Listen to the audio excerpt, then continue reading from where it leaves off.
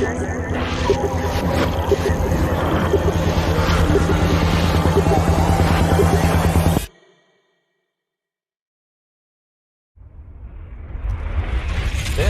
is Ubisoft. This is Ubisoft Forward. Explore our worlds. Meet the devs. See the games. Join us.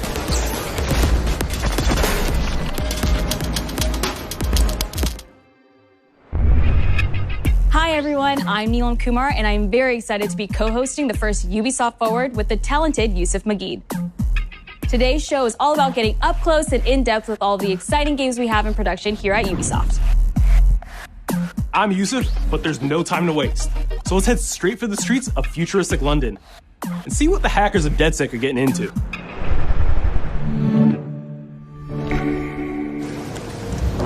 The illegal paintings spreading subversive and hostile messaging over the last few weeks across London are not the work of several people as was originally believed, but the work of an individual. The criminal, suspected to have links with the terrorist group DedSec, is marked as to be dangerous.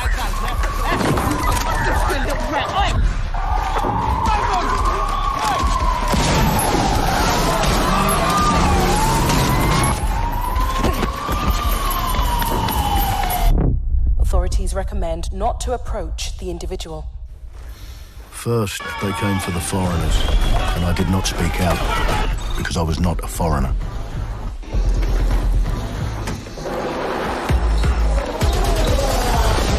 Then they came for the protesters, and I did not speak out because I was not a protester.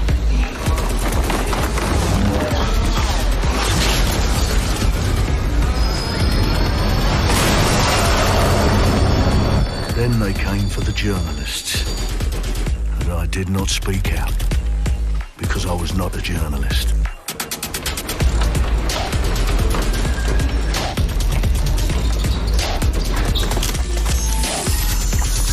And then they came for street artists, but I did not speak out because I am not a street artist.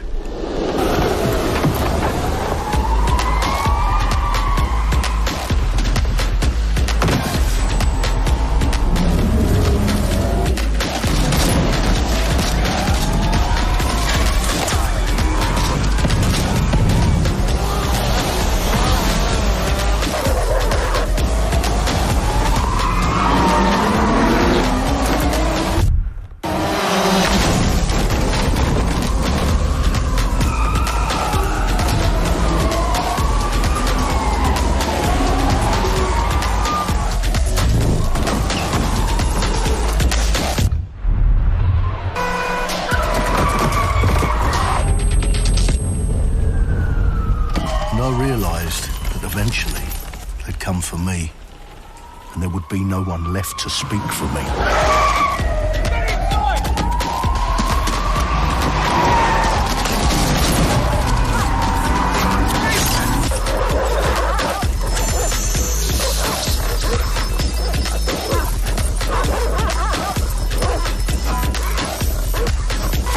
Right! Oh! Nice! Where are we off to, sir? It's fine! I'll show you the way! Okay! Sorry, miss. Jesus! All right, so we're in a total mess now, so let's get the hell out of here.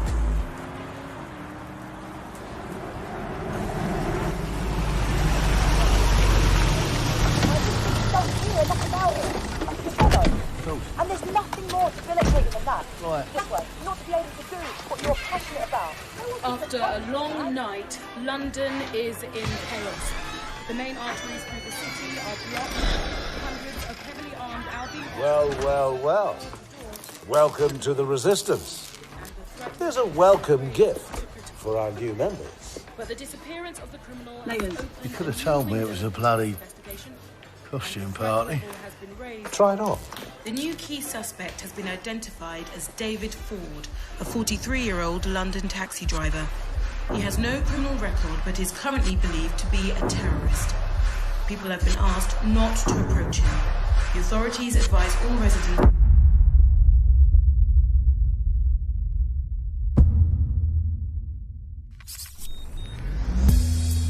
I'm Clint Hawking, Clint has been a longtime creative force here at Ubisoft, and now he's bringing this vision to Watch Dogs Legion.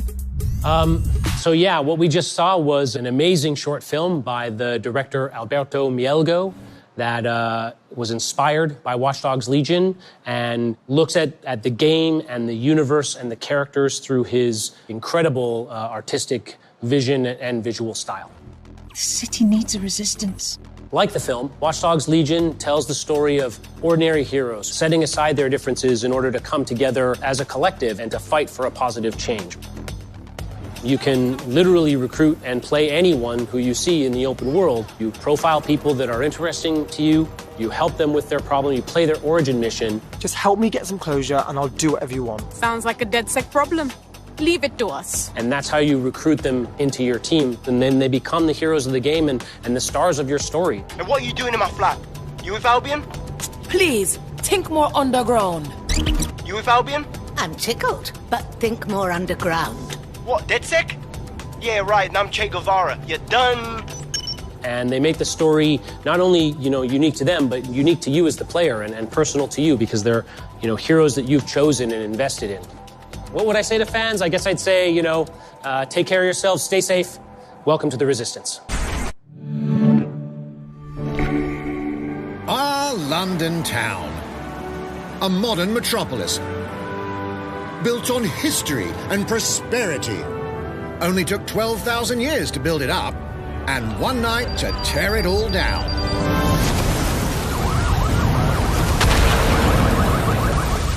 Oh my God. Listen up. Get all your units to move in and lock down the city. With London under attack by a mysterious terrorist, the government turns to a private military company called Albion to keep everyone safe. What could possibly go wrong? Ladies and gentlemen, Mr. Nigel Cass, CEO of Albion. He's kindly stepped up to establish order. Understand this. I will not allow anyone, not even myself, to jeopardize this. He will stop at nothing to permanently control the city. London will be the first city in the world to be made truly safe. Nigel's not the only opportunist who's taken a liking to this fair city. Meet Mary Kelly, head of the most powerful crime syndicate in London. Be sure and spread the word. She and her goons are using the dark web to sell everything from party pills to people. This microchip is scary, I know, but I got to keep tracks on my merchandise. All right, everyone. Faces on, guns out. Any of the brave Londoners you see walking the streets can be recruited into your team. Like him. Her. Or even her. Everyone could become your next secret weapon. In our first mission, we need to get some dirt on Nigel Cass, and that means breaking into Albion headquarters inside the Tower of London. All the hardy souls you see here are people we have recruited from the streets of London. They all have unique abilities, and you're free to tackle this mission with whoever you like. Dear God, my eyes. Badly. Zip up, get to work, and let's never talk about this again. Like everyone in DedSec, Arthur can hack pretty much whatever. But as a construction worker, he has a particular set of tools that make him handy. He can even call his own cargo drone.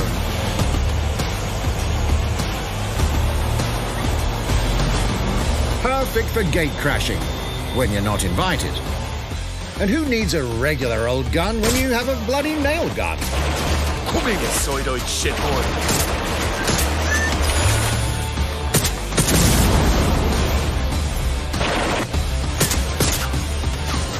Jesus Christ, what is that thing?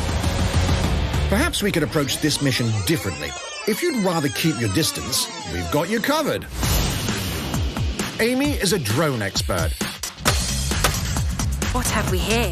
A real tech connoisseur. Hate spiders, but love this one. What an adorable creepy crawler. Here we are. Let's class the place up. A drone expert does have the unique ability to summon their own drone. This little darling is fast and stealthy. She aims, she fires, she hits. I'm reading incoming drones.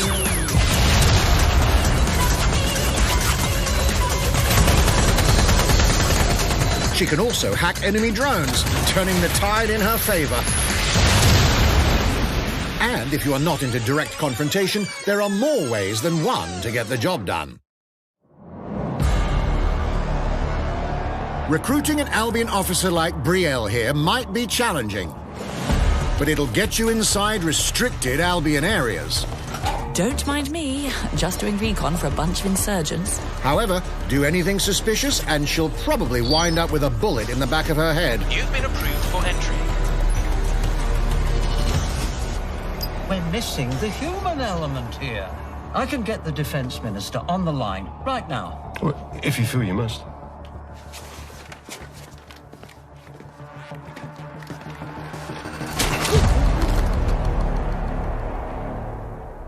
Criminals running our streets, illegals threatening our families, the police commissioner himself, assassinated by terrorists. Well, that seems to be enough evidence. Next up, we're crashing Mary Kelly's organ farming operation. Say hello to Mickey. The man lives for his team. That put another hair on my chest. And doesn't mind getting his hands dirty.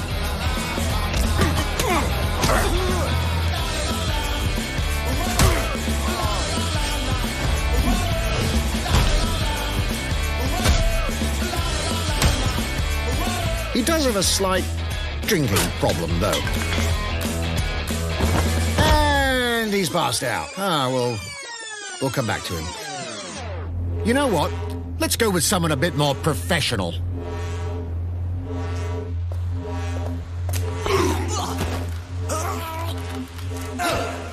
It's almost crass to call him a hitman.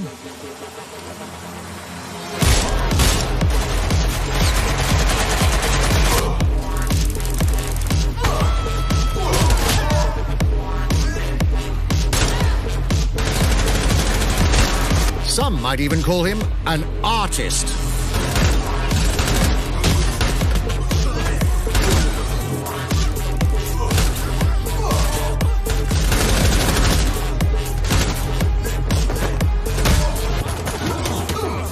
Here's the bastard responsible. Done and dusted. Not bad if I do say so, innit? Not everyone in London is a legendary assassin or a super spy, but everyone can be a hero.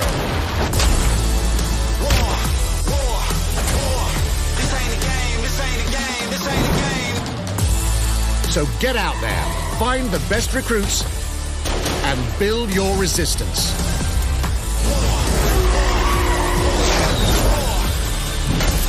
It's time to take back London.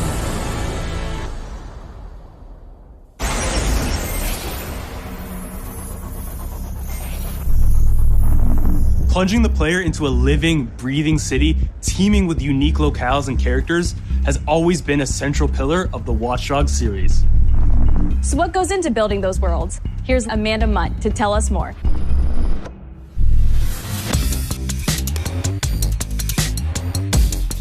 My name's Amanda Munt. I'm a level artist on Watch Dogs Legion at Ubisoft Toronto. Being a level artist, I think, is the coolest job in video games because we do get the freedom to kind of like pick and choose what little details we want to depict. And we get ample opportunities to tell the stories that we want to tell in the spaces that we're assigned to. I have the capacity to hide things and, like small little Easter eggs. In AC Unity, there was a boat somewhere in the world that was covered in cats. And then it happened again in Watch Dogs 2. And there may or may not be something in London that is a boat filled with cats in some capacity. So I was fortunate enough to go to E3 last year. Some of the people that I was showing our demo to were from London. So no matter where I dropped them in the city, they'd go, oh my God, this feels like Camden. This feels like Southwark. This feels like Westminster. When people are talking about some detail that I've put into the world and they're excited about it. Like, that feels so good as somebody who, you know, builds these worlds with care. I love it.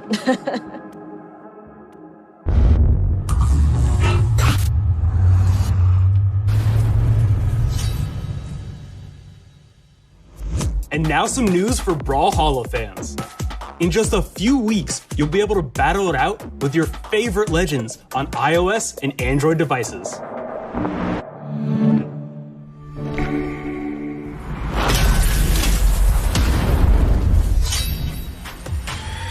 Three, two, one, brawl!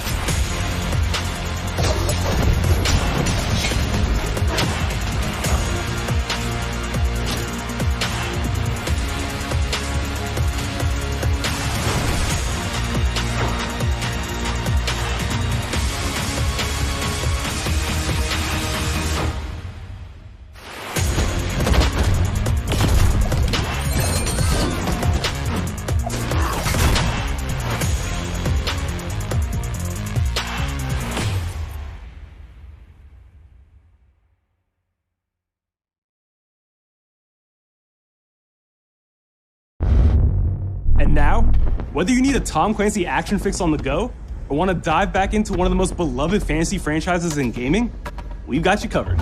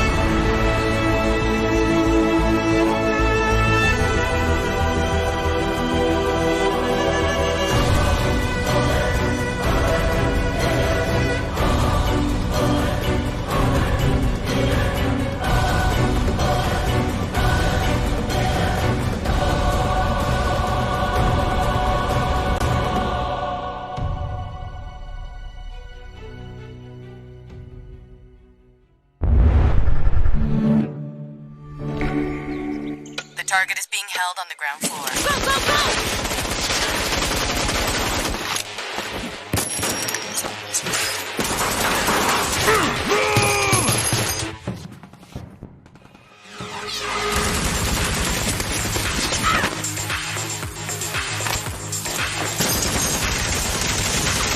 Contact! Single drop balcony!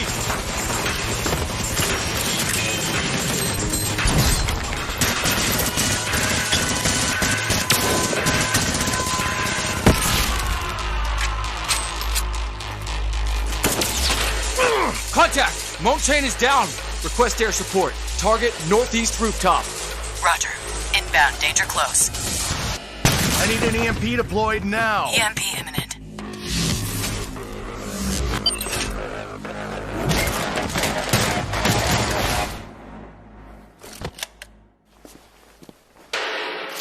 Get back in your cell!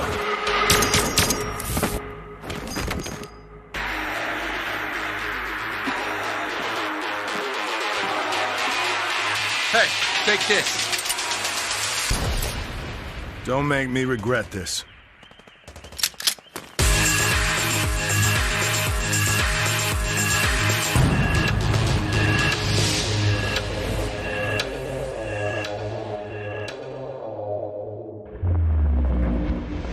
Speaking of Tom Clancy, it's been 5 years since Rainbow Six Siege first launched, and the community has never been stronger. In celebration of this milestone, Ubisoft Montreal has put together a special video to thank all of the amazing players and developers that have helped Siege become the game it is today.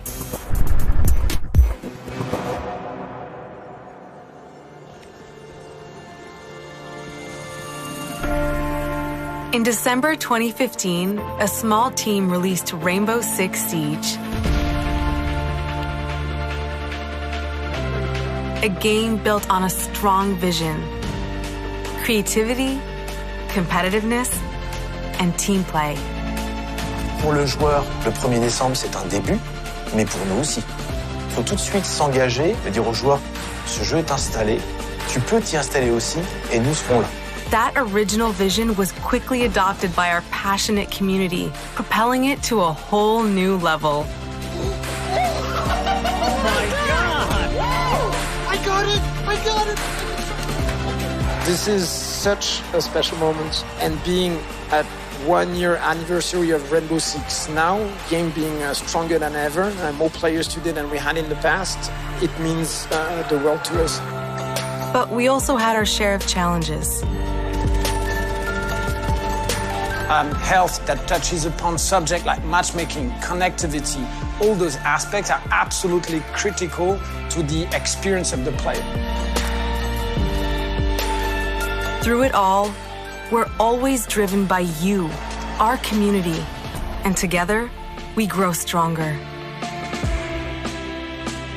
There is no sequel plan, and we're here for the next 10 years, so expect more Rainbow Six in your life for quite some time.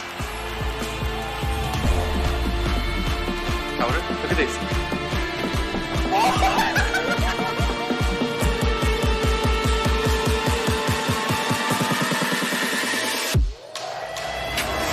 Tous les succès, c'est vraiment le résultat de autant de nous que de vous. Ce jeu, il est autant le vôtre qu'il est le nôtre, nous, l'équipe de développement. Now 60 million players strong, we're just getting started.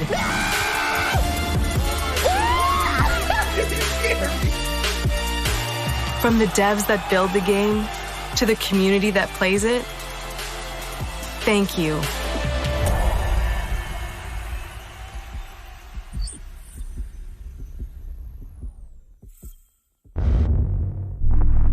If you haven't tried it yet, dive into our new Operation Steel Wave update available now and take Ace and Malusi out for a spin. A few days ago, we introduced y'all to a brand new multiplayer shooter. Now, it's time to venture into the hyperscape.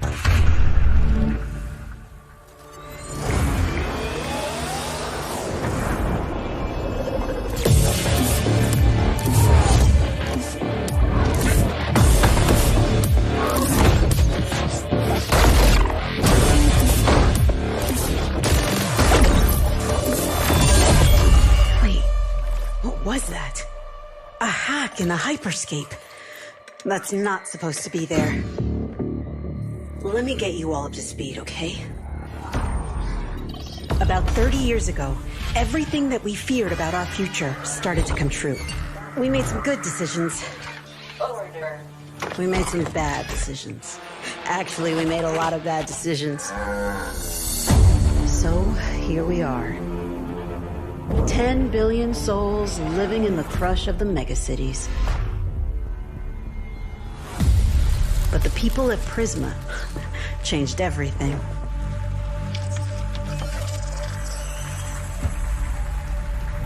They gave everyone a way out. The hyperscape. In the hyperscape, the biggest draw by far is Crown Rush. This is where anyone can become someone.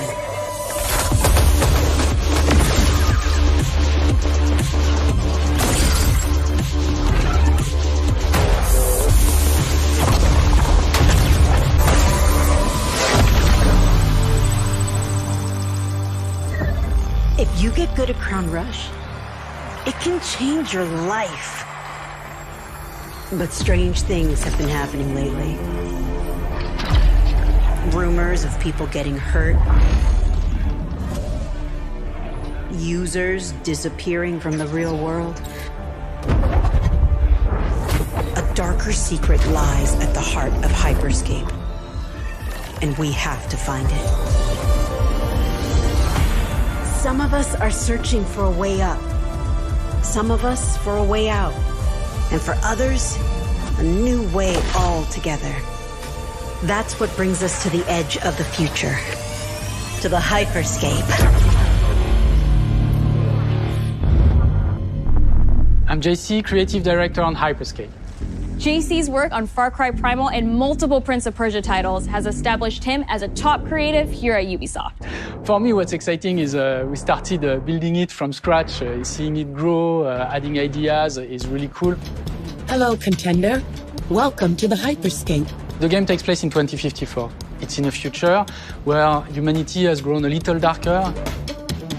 One of the companies there, they are launching what's called the Hyperscape, which is a virtual world and the internet of the future. It's the place where everything converges.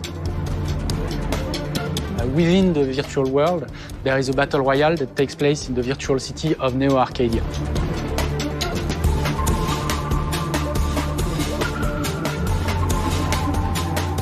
Then we also introduce a lot of new things. You get the opportunity to do parkour on the rooftops, to go into interiors where it's much more narrow, much more stressful. You get to go to the landmarks where there's more opportunities to get cool items, but also more players, so it's a risk-reward kind of deal. We introduced the notion of hacks, special abilities that you can pick up on the fly to adapt your tactics. With hacks, you can do things like teleport yourself, you can wrap yourself into a ball and bounce around the battlefield. So a lot of abilities that let you have fun, that are toys that you can play with. And finally, it's made as a spectacle, so all the viewers will be able to interact with the game on different levels through the Twitch extension. So every few minutes, there's going to be a vote, and viewers will be able to decide what effect they want to affect the whole battle. So things like changing the gravity, infinite ammo, or stuff like that. So players, while this happens, really have to adapt to all kinds of stuff that is happening. So for me, it's really exciting because right now, as we speak, we're launching the open beta, and so it's going to be available for free-to-play for all PC players worldwide. And I really want to thank all the players, all the streamers, and all the viewers who participated in tech test and who will participate in the open beta. Here's a short glimpse of what you can expect.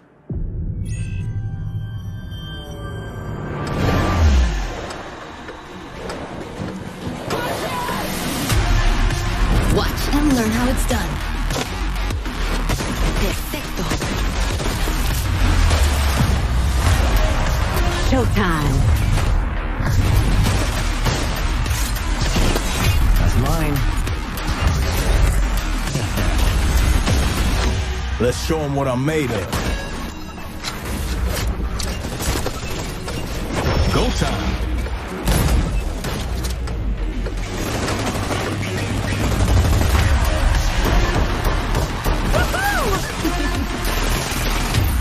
Watch closely.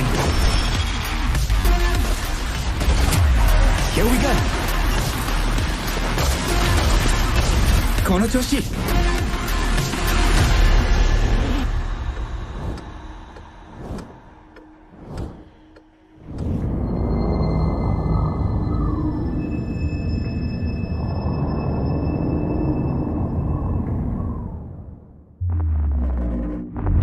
The digital world of the Hyperscape gave our artists and developers incredible freedom when it came to designing characters. Production manager Ana Maria Musca is going to take us behind the scenes of character design. My name is Ana Maria Musca. I'm the production manager for characters and weapons on Hyperscape. We have paid an exceptional amount of detail to our characters. We switch different outfits, different fashion statements, different tattoos, different materials until we see them as real individuals, as real people. So the second you pick a character, you see them in game, you understand what their motivations are and what drives them and what challenges them. This was the first lineup of characters. This is our default base, but even starting from the hair down, everything has been meticulously thought of. Would this person actually like this type of outfit? Would this person enjoy the type of tattoos that we're putting on them? Will they actually like to be in this body? Each season, we plan to produce new outfits for these characters. So we're hoping some of our players are gonna see the effort and maybe even correlate some of the accessories to what's gonna happen in the game. We're very excited to see it in people's hands. As we move into the next generation of gaming, Ubisoft has been working closely with console makers to take advantage of all the extraordinary capabilities these new consoles will offer. Now we have a special guest to tell us a little more. Hey everyone, Phil Spencer from Xbox. With Watch Dogs Legion, Ubisoft is supporting smart delivery. So you will get the absolute best version of the game on any version of Xbox you're playing on. On Series X, you'll get to take advantage of the amazing work the team has done with DirectX ray tracing to create an absolutely immersive version of London like you've never seen before. Ubisoft has a unique ability to create immersive worlds, setting a new bar that continues to drive our industry forward. I'm a huge fan of Assassin's Creed. I love the time I've spent exploring the world in Assassin's Creed Odyssey, and I can't wait for you to see the gameplay from Assassin's Creed Valhalla that's coming up now. All right, we know you've been waiting to hear more about this game since it was announced back in April. And now it's time for a deep dive into the world of Vikings. My name is Julien Laferrière, and I'm the producer of Assassin's Creed Valhalla. So a couple of weeks ago, we announced Assassin's Creed Valhalla, and the reaction from the fans was just amazing. The time period of Vikings is really, really inspiring. When we did our research, we found that, they were not mindless barbarians. Vikings were actually farmers trying to find new lands for them to settle. And so they had really human motivations. So for us to have this opportunity to tell kind of the real story about Vikings and kind of separate ourselves from the myths and the folklore is really something that drove us to make this game. The team went to Norway and England to take the same roads that the Vikings did, to really experience what it meant to be a Viking at that time. And then leaving Norway, which is barren but majestic, and just coming by boat in England and see those rolling green hills full of sheep, full of life, is just this moment that most likely the Vikings felt as well. You need to see this land of opportunity. And this is exactly the feeling we want players to experience in this game. It is a personal adventure, it is the story of Eivor, a Viking chieftain. Eivor is either a male or a female. You decide when you start the game. They will have to leave Norway to settle in England because you just can't live in Norway anymore. There's too much political pressure, no resources available.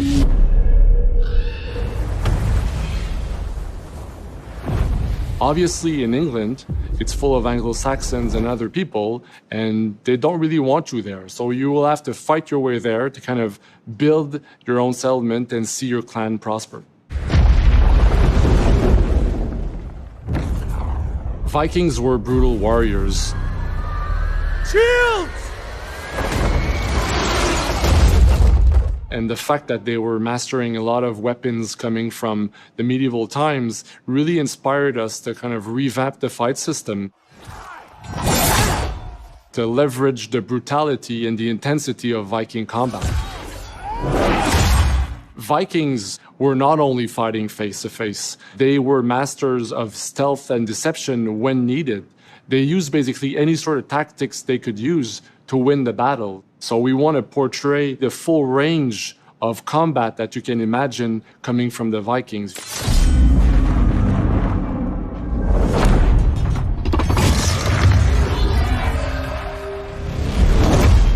We are very happy to finally be able to show you the game we've all been working on.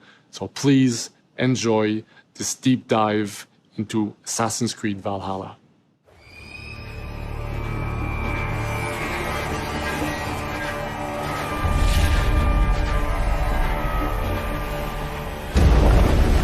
In Assassin's Creed Valhalla, you will relive the epic saga of the Viking invasion of England.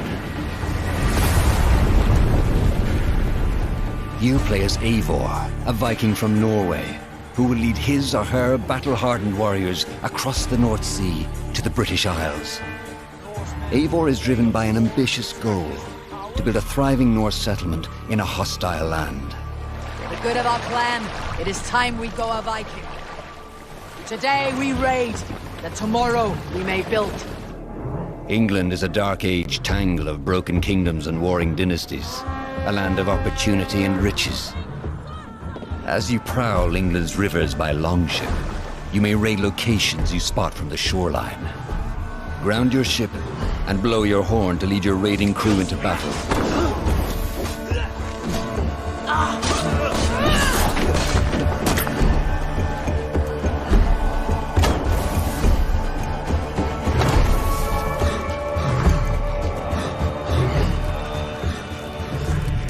Your crew will assist you in all your raids, fighting enemies, battering down doors, and stealing cargo too heavy for one set of arms.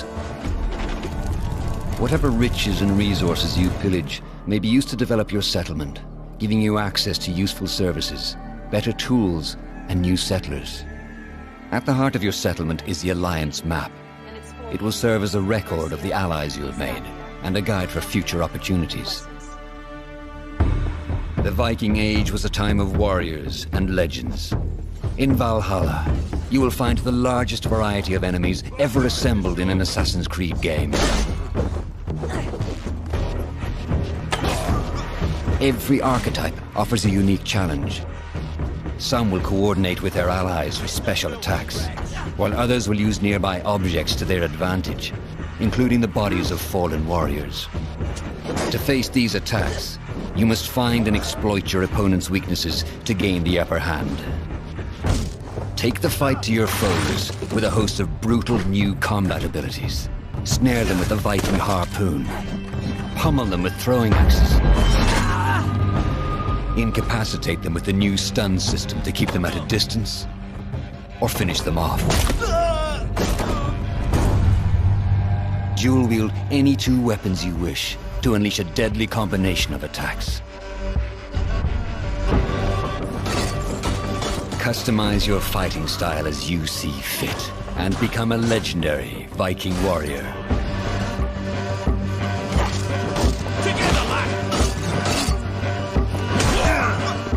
All combinations of weapons are available to dual wield, including two shields.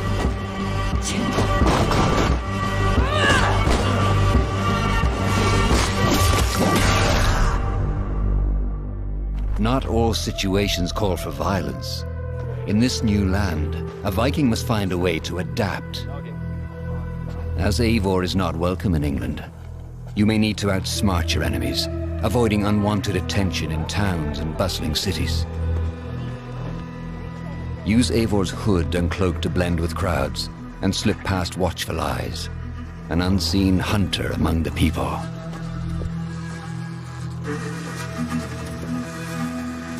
From capital cities and villages to the dense forests and rolling hills of England, exploration is vital to keeping yourself sharp. You must feed off the land if you hope to endure. Hunt and forage to replenish your health and fortify your equipment. Search pagan temples and Roman ruins for new activities and challenges to strengthen yourself and your settlement. The more you explore, the more of England's secrets you will reveal.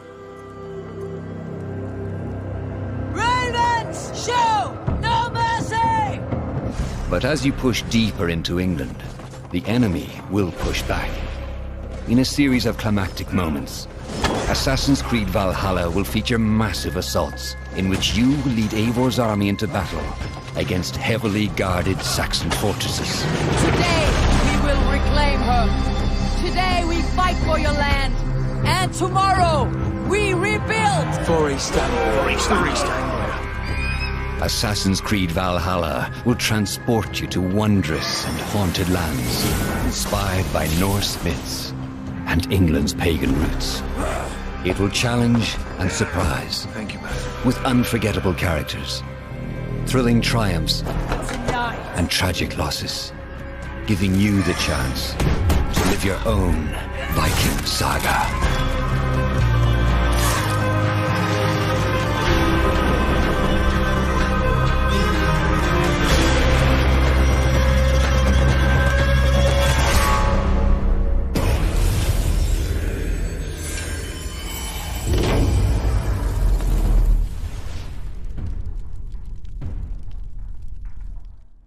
Ninth century England is truly unlike anything the franchise has seen before.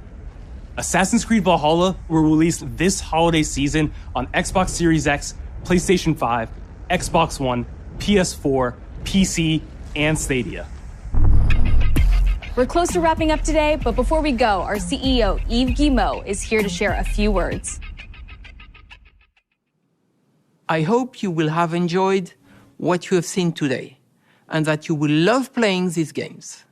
I'm proud of our teams for delivering an ambitious, broad, and creative lineup of games. And we haven't shown you everything yet. In fact, we have a lot more to come.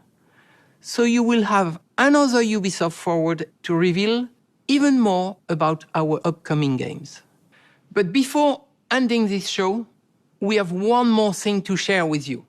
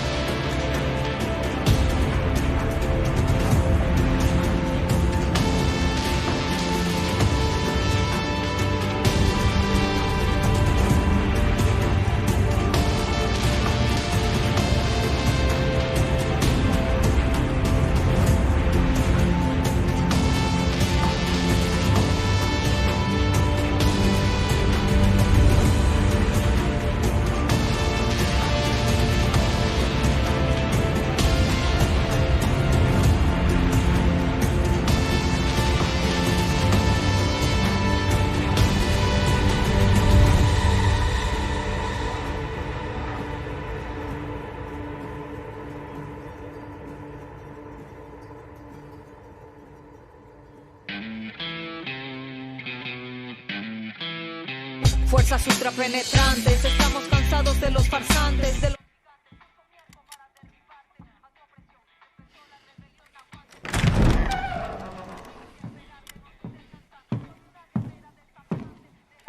It's beautiful, amigo. Perfect, but useless. I have something for you, Diego. Give me your hands. Papa. Now, the grenade is simple. It has 4 basic parts.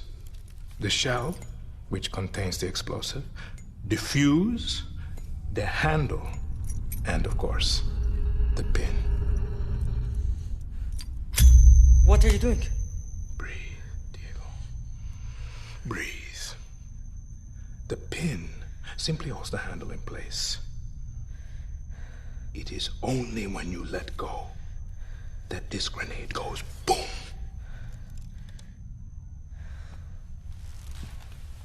Follow me. Now.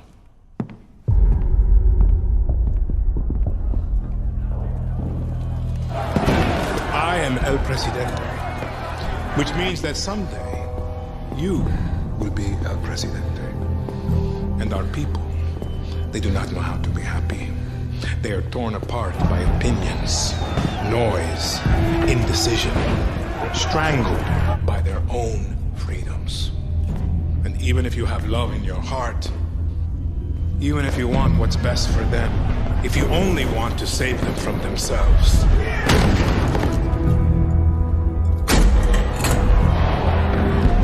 they will hate you, Diego. Everything you say, do, believe, will be wrong.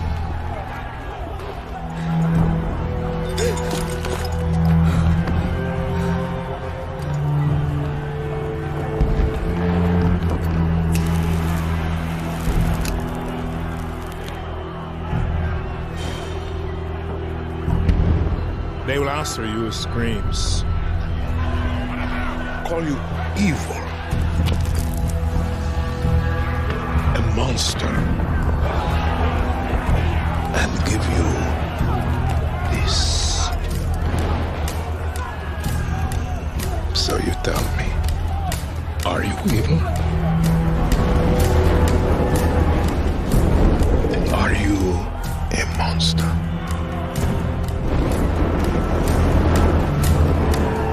Because our country is like this grenade, except it has two basic parts. Our people.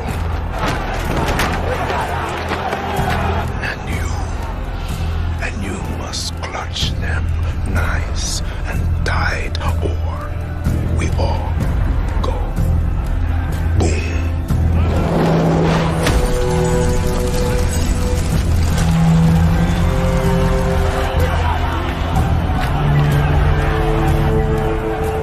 You understand now? Brilliant.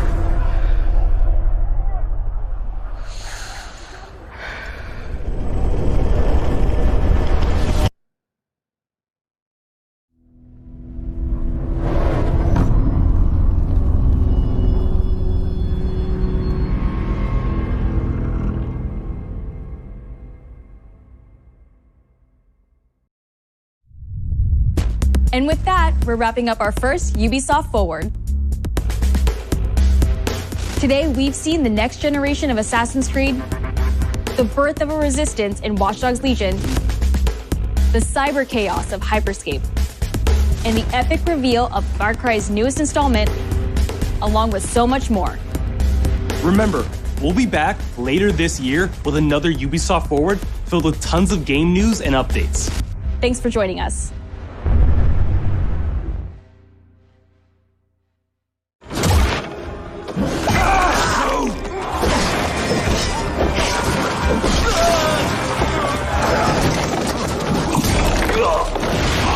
Hey everyone, welcome to the Ubisoft Forward post show. My name is Yusuf Magid, and this is Assassin's Creed Valhalla. We're going to take a deep dive into about 30 minutes of gameplay, and we're joined by a very special guest here. Hey everyone, this is Philippe Bergeron, otherwise known as Fizz. I am the quest director on Assassin's Creed Valhalla.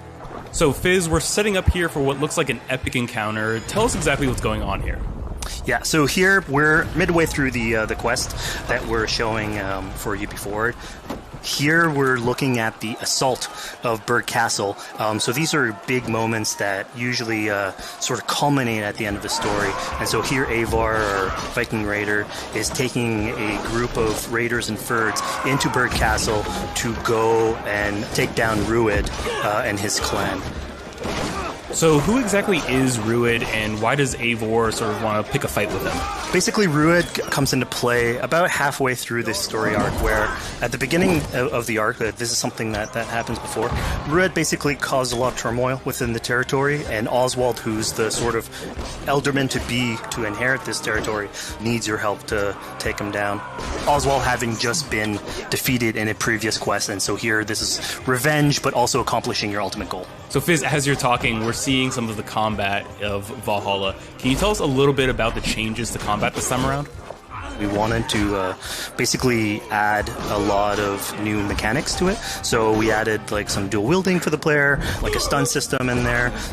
And we really needed to do this to sort of portray that sort of the brutality that comes with being a Viking in this day and age. So it sort of fits into that the time and the character.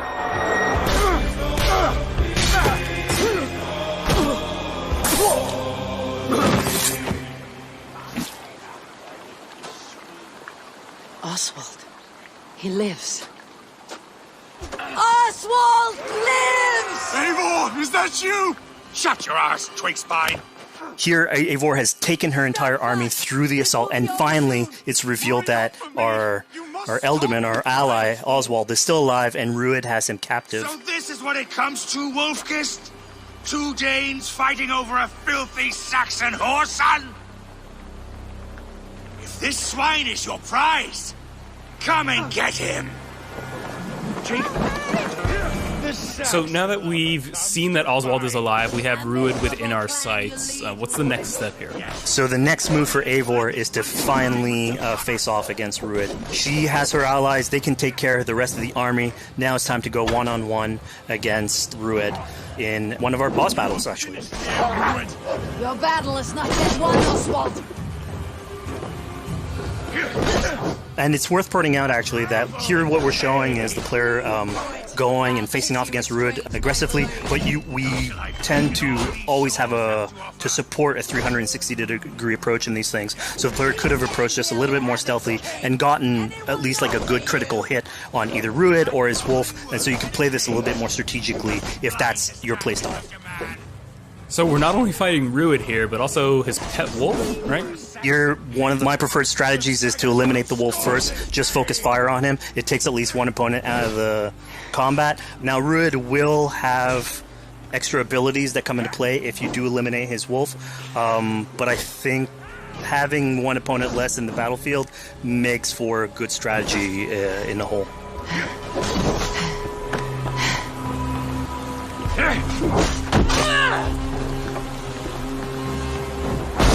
Your efforts. Only the cold dark of Niflheim awaits you. Valhalla is my destiny. That fate will not be met today. Riders, they should be roomed, wolf-kissed. Made thralls, not treated as equals. We are better than this. Than all of them. Do not drag me down to the sewage you wallow in. Riders again fight tooth and nail for a sanction. You'd throw in with these wastrels? These arrogant swine? Eivor, no! He should be tried before God, a lawful assembly. Alright, so we've defeated Rued, we've freed Oswald. What comes next? Oswald, in this case, prefers for Rued to be kept alive, and so you basically have to choose, are you going to go against his wishes or stay true to your nature? So we have this choice to make, but before we get into that, I want to rewind a little bit because we just did this big, grand assault, but Eivor couldn't have done it alone. She clearly had to recruit some folks along the way, get some troops, get some allies.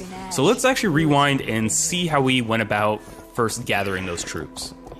Right, so when coming up to an assault, it's a game of numbers. Eivor can go into pretty much any location and be a stealthy Viking, eliminating some of the assets, which ultimately would be a strategy. You can do that, and you'll have some of the ingredients or of the assets there that will have been sabotaged, but you still need an army. So here what we're seeing is Eivor going around the countryside and raising what we call a fyrd, which is the men and the women of the territory who come up and fight in the name of a king. So here Eivor is going around and trying to convince people to fight in the name of Oswald to finally take down the oppressor that is Rued. Defending East Anglia, defending you. Will you not do the same? What? Die in defense of a lost cause? Yeah, so she's really using like the image and like the leadership that Oswald had, what he meant to the people in his name. She's going to recruit these people. Pretty words, Dane. But the men of Theovard have their own battles to fight.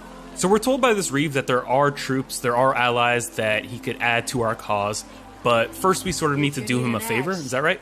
Yeah, so obviously these people have been run down by Rued and the impact he's had on the territory, so I think a lot of these people have sort of lost hope. And so you need to show them that there is hope. And so here Eivor is basically helping them take back one of their prized locations by taking a couple men and raiding a nearby township, basically taking it back for the people and showing that there's a reason to continue fighting and then get them on your side.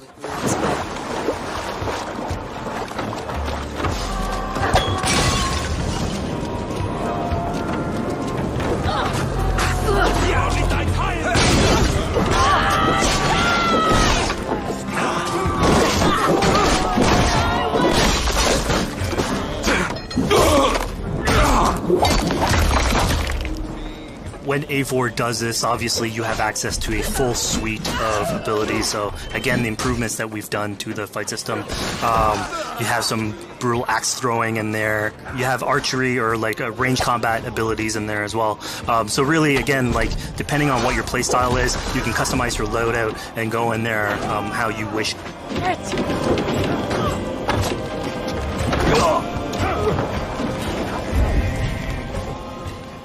Fizz, we just saw this giant pulse go out. What exactly was that? So that is what we call the Odin Sight. The Odin Sight is basically our interpretation of the Eagle Vision from previous games, and we thought it was good to sort of bring that back. It's basically Eivor's intuition. It's how she perceives the world. When the player uses that, it'll highlight basically interactive objects, like things that will bring her an advantage. So we'll have arrows, like health consumables that are in there. So it really is like a good way of sort of understanding the world and showing you like things that you can go and touch. Yeah, I mean, speaking of things we can touch, we just picked up this awesome new weapon.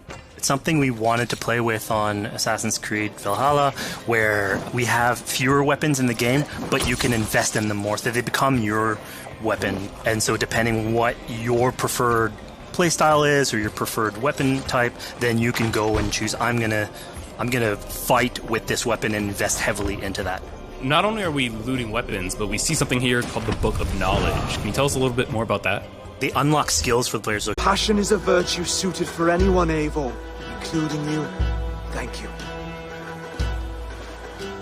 Eivor decided to let him live. Ruud is really angry about that. Being a Norse Viking, being put to the death in battle is your road to Valhalla, so he was basically denied access to Valhalla in this situation.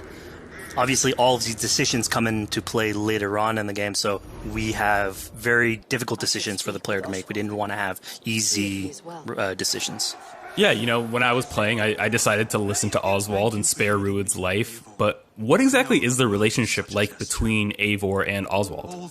So the relationship between Eivor and Oswald is an alliance. It's basically Eivor is surrounded by territories that initially getting into England are hostile towards her, and obviously if you want to set up a new settlement, you want to make sure that your neighbor is friendly. So here in East Anglia, Oswald is the man for the job, where putting him into a position of power would help her sort of secure her territory. So earlier on to the territory, Eivor comes in here, meets Oswald. The problems he had with Ruud are sort of put to light, and going through the arc, you basically help him deal with Ruud and aligning basically Danes with Saxons in one territory. So, Fizz, we've completed the assault. We've gotten our hands dirty with some combat, taken down Ruud. We have this big open region of East Anglia, so before we head off to Oswald's wedding, what do you say we head out, have some fun, and see what we can get into in the open world? That sounds great. So we see a cat here with a speech bubble above it, and you best believe if you let me talk to a cat, I'm going to talk to a cat. Yeah, these are some of our... some of my favorite moments actually in the game, where we put out a whole bunch of events throughout the territory. And it sort of rewards, again, exploration, going around. It's a chance for us also to sort of showcase a different side of Eivor. A lot of the quests sort of deal more with like politics and warfare, and this shows a slightly more human nature to her. So it permits us to explore that character a little bit more. And so here, basically, like you're trying to help a kid with his cat, and ultimately get that cat to sort of join your crew as a cat raider. You just said cat raider way too casually. You're telling me I could have a cat Viking raider on my longship? That's exactly what I'm telling you. Oh my god, yes, I love it. Perfect. So yeah, as you're riding around the rivers of England, you would see a cat basically walking around your longship, keeping your Viking raiders company. You know, speaking of the Viking longship, we're seeing some of that gameplay here now. Can you talk a little bit about how that works and functions in Valhalla? Yeah, so starting out on this project, I think the Viking longship is one of the biggest images that we all have when we think about Vikings in our game. And so Vikings had this awesome designed for a longship that had a very shallow hull, so it permitted them to go very far inland very quickly, and you could basically disembark Viking raiders like on pretty much any shore. We added that into the game where you can basically sail up to any location and then just decide to disembark with your guys and raid a location, loot all its treasure, get back in the ship, and then continue sailing down the river to your next opportunity. So I know past Assassin's Creed games allowed for songs and things like that to be sung on ships. Will Valhalla have a similar version of that? Yeah, so this is something we actually wanted the crew of your ship to become like your home away from home. So we added stories and songs into the ship. So basically, as the player is going around, you could decide to have your skald sort of sing a song for you as you row down the river. But you can also decide, depending on who the raiders are in your ship, to hear more about their life. So you can actually queue up stories, and they'll give you a little bit more background on who they are. So you get to know your sort of fighters as you're traveling around the world, which is a cool moment. So here we're seeing a bit of a different view. What exactly are we looking at? We had this on previous Assassins where you would like ride on your horse and you could pull out, have the horse sort of follow the track. We have a similar thing for the ship where you can put up your sails. It's cruise control for the ship, so you can pull back, take in the scenery, listen to some songs or some stories, and just take it all in.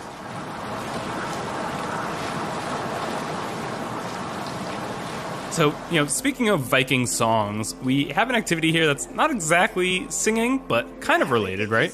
Yeah, so here what we have is what we call flighting, which was an activity that Norse people would partake in. They would like to have a battle of wits and sort of poetry where insults would be thrown back and forth between each other. The idea was to try and have a good insult, but also to have a good rhythm and a good rhyme in there. So it's basically a precursor to rap battles. Here's the silver. Now begin. To all those whom I speak, they say Eivor's a clod. Then you're speaking to fools and their knowledge is flawed. Well... How exactly do you go about being successful in one of these? The trick behind a good flight was to choose the right insult, identifying the right cadence, and then trying to find what rhymed the best. I'm known for my might. Interesting. Silent whispers all claim that you're terribly dense.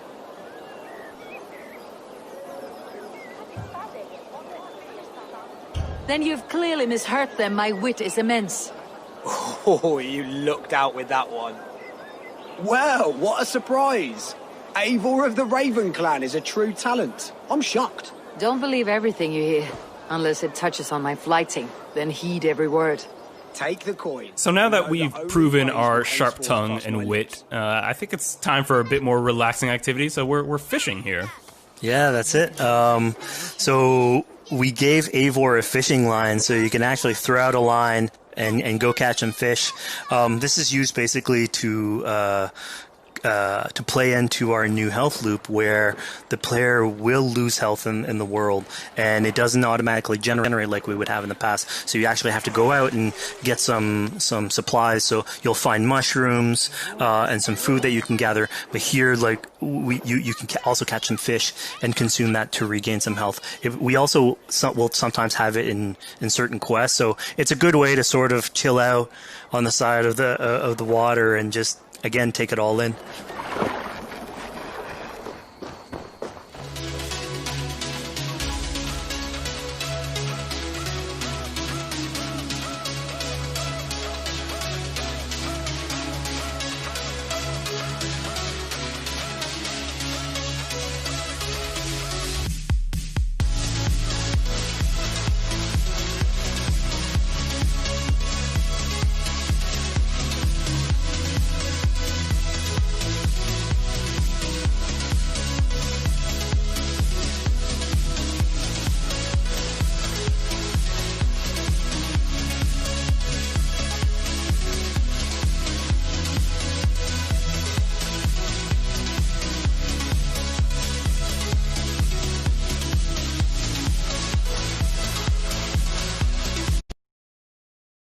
gonna be safe.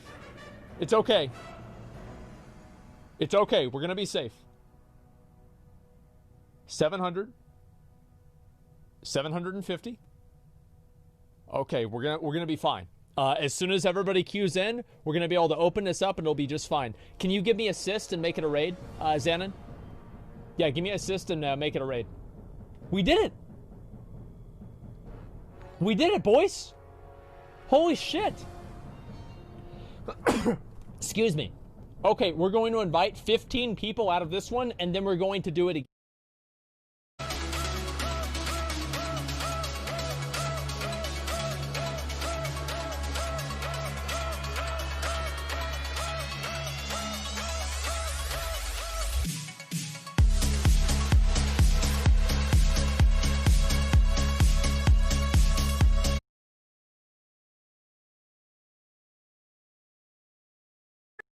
On your way.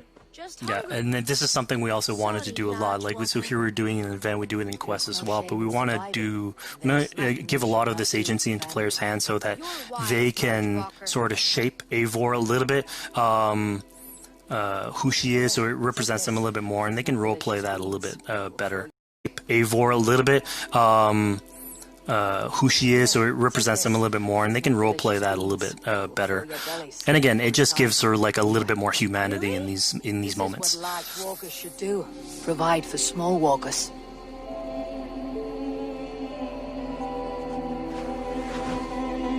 Here, large walker. A necklace? Yes, it's a St. Martin seal. You're welcome here anytime, large walker. You're one of us now. Visit us, okay? I will. Take care now, small green walkers. The player on free run abilities, but also for fans of the series, sort of pulling at their heartstrings for some beloved features. So are we going to be able to tattoo Eivor? Yes. By collecting these tattoos, you actually bring them back to your settlement, and then you can customize different body parts, having different tattoos everywhere.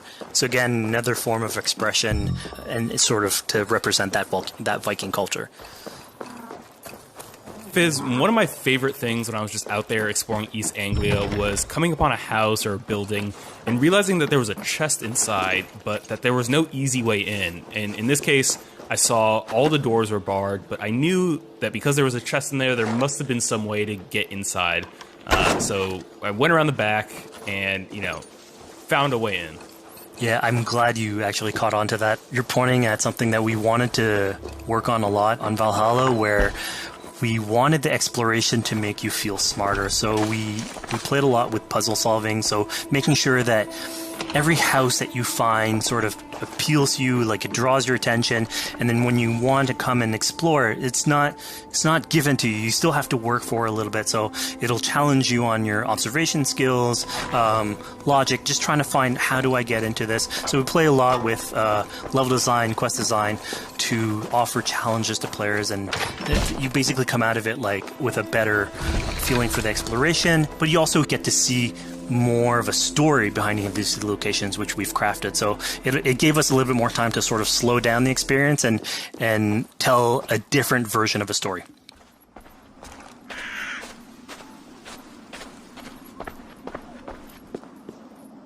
A poor victim of someone's fury. Yeah, I mean, speaking about exploration and just finding things out in the world, I was just wandering and came across this clearing and found this kind of morbid altar.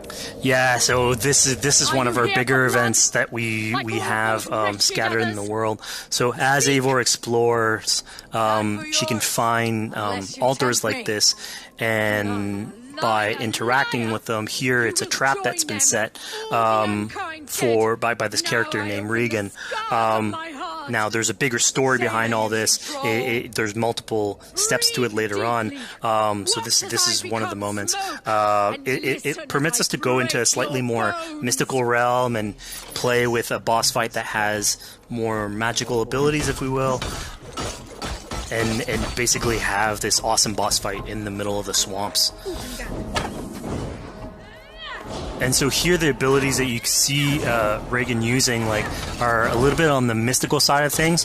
What's happening is Eivor at the beginning in that trap is poisoned, and so she starts sort of hallucinating, seeing the world in a sort of different light and filter. And so that's sort of what lets us go into the realm of the weird. My rage, spirit of my father's rage, fill me!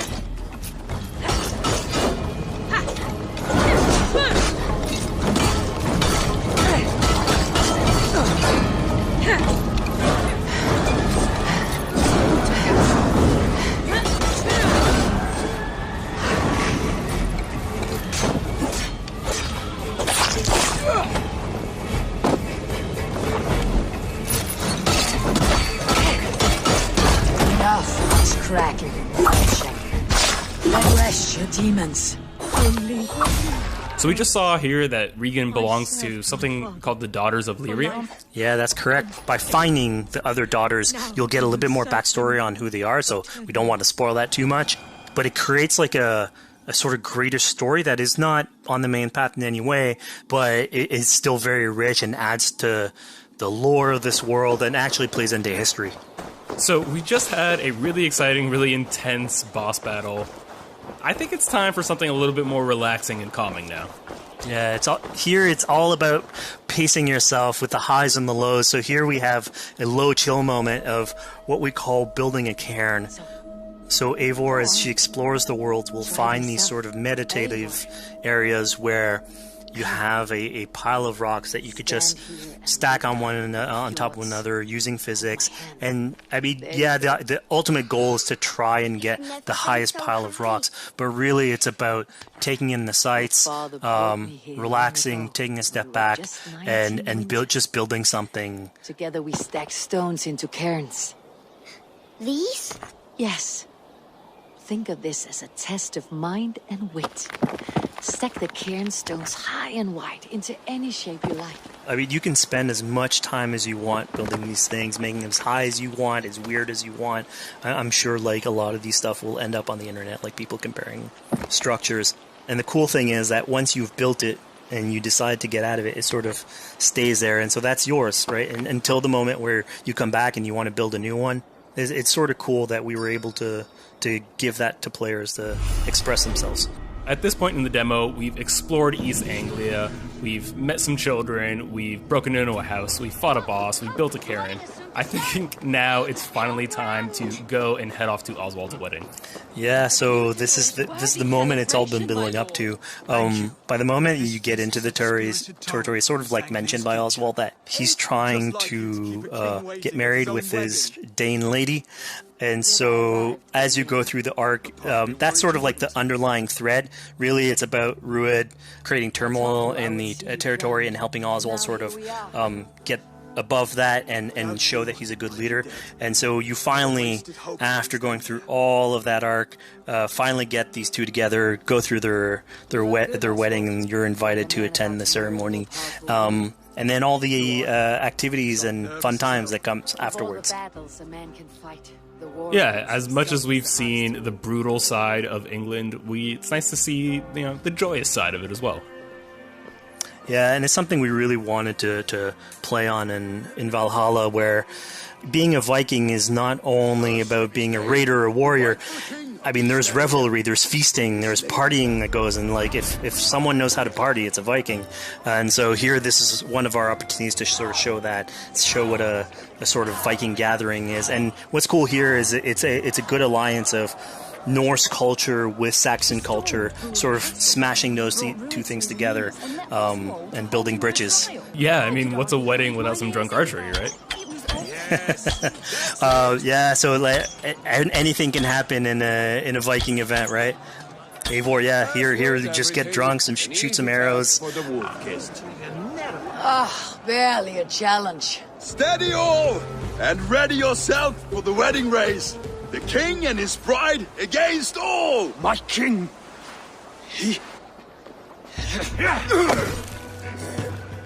So here we see the decision I made to spare Rued came back to bite us.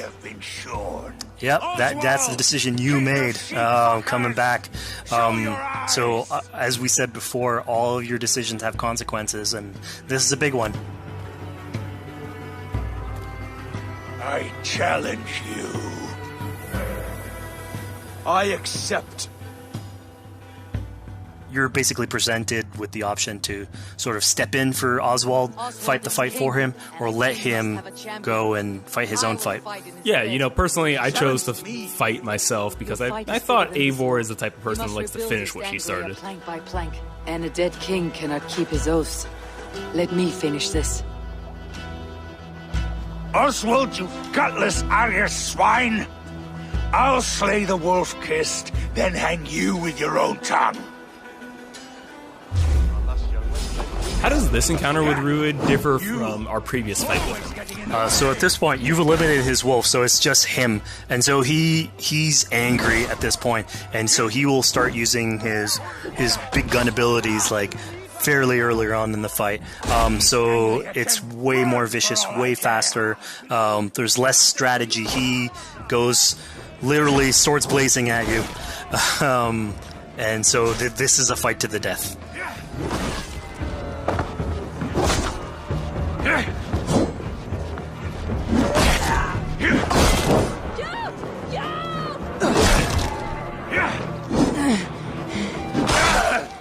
And of course here, like, this is a decision you made to go and fight him, but there's multiple outcomes to this scenario. You could have let Oswald fight his own fight and prove basically his station as the rightful leader. If you had eliminated Rued, obviously this would not have happened. It would have been a slightly more joyous occasion. But ultimately, in all scenarios, you still have an alliance with Oswald. He's proven to be the right leader for this territory and to be a good ally for you. A great service. I promised you an alliance, and now you have it. And one day I will need you to make good on that alliance. So we're about to take off from the wedding, but Eivor decides it's a good idea to check up on her friend Finner. Yeah, so Finner is probably one of the more recurring characters in this arc. You get to meet him very early on. He's a very endearing character, sort of used to have a Viking life, sort of misses it, and going through all these adventures together is sort of like lights that fire back, and so he's willing to join you in your raiders. So he's one of many raiders that you'll encounter in the game, and you can sort of recruit, bring back home, and then have them sort of join you on your adventures on the longship. He can tell you these stories that we're telling you about. You get to know a little bit more about him. So again, it's a fun way to sort of discover more about these characters that you meet and bring them along for adventures. Together. I'll gather my things. Well, folks, we've come to the end of our Assassin's Creed Valhalla playthrough. Fizz, thank you so much for joining us. When and where can people play it? Assassin's Creed Valhalla will be out on Xbox Series X and PlayStation 5, and is coming to Xbox One, PlayStation 4, PC, and Stadia on November 17th.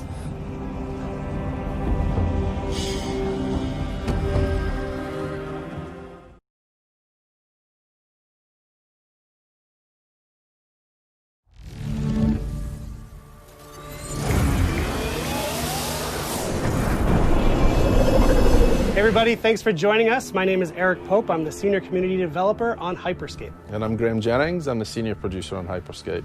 Hyperscape's now in its open beta phase, so you can go to Uplay and download it directly.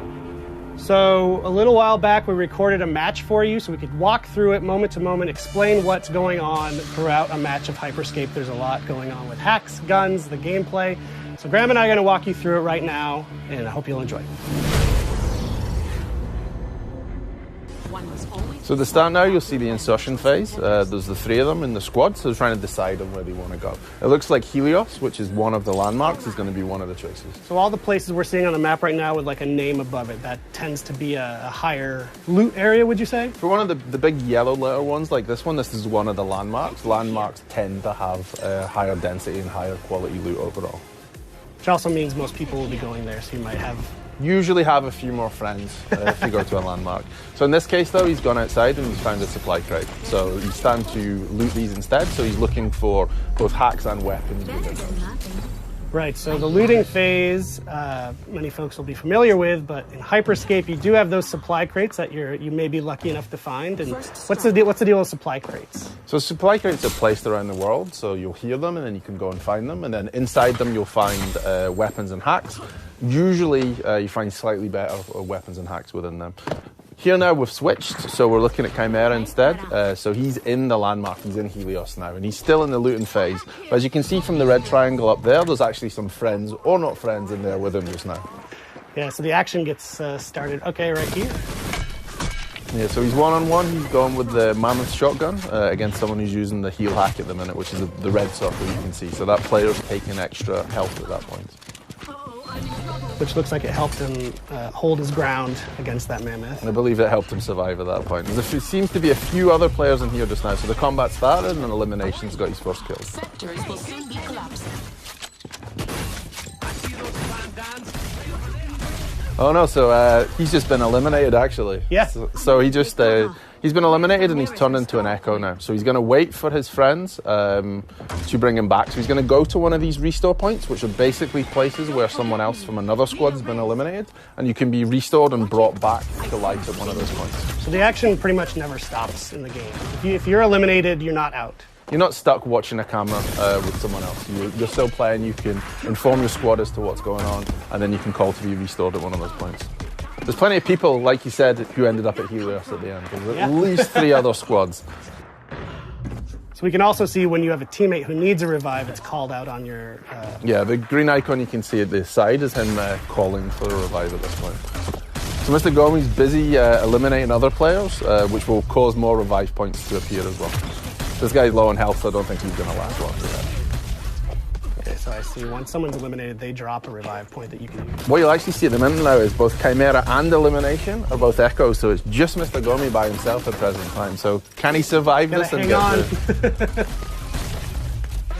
He's going again. There's still a few other players in here, that's for sure. So that was the slam hack he used there. So basically he projected himself up in the air, he landed, he dealt some damage, and he's managed to eliminate the other player. Yeah, he got the elimination. So he's now back into the game. Right. So he's got to reloot and find new weapons again, because when you are eliminated, you go back to just your melee weapon. Okay, so you don't hold on to your gear when you get eliminated. No. So this is the start of the decay you can see. So you see all these blue triangles that are appearing. This is how we basically do, map size reduction and zone reduction to bring players towards a smaller map into the center. So instead of having a circle that shrinks, we've decided to actually dissolve the map. And is it kind of the same? Will you always know which districts are decaying first? You can see from the map when you bring it up what's going, and you'll also see the icon when you turn on the left-hand side of the screen a second ago, which shows you where the safe area to go is. So at the top it will show you sector is closing, and then you've got the little icon of the person running with a distance against it. That tells you where to go to the next safe place.